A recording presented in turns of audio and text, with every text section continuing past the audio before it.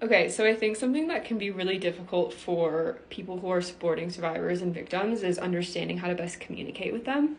So, we're going to give you guys a few tips and tricks. When you're hearing this information for the first time, it can be really easy to fall into this idea of like asking about details and questioning the story of what happened to someone. Instead of bombarding them with questions and trying to get more details of the story, just tell them that you believe them and that you support them. Instead of maybe trying to find ways to blame them, like asking if they were drinking or maybe what they were wearing, you just appreciate their courage to be able to stand up for themselves and talk about their story.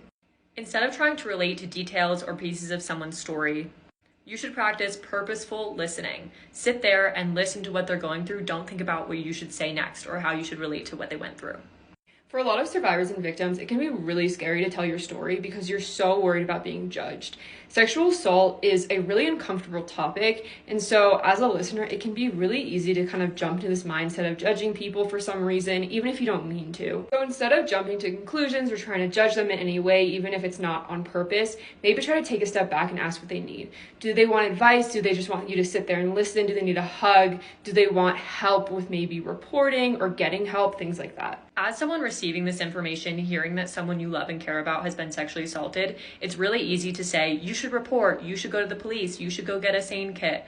And yes, that is something that some people like to do, but it's not the right way for justice for everyone. Reporting is an incredibly grueling process, and not everybody wants to go through that or needs to go through that in order to heal or get justice.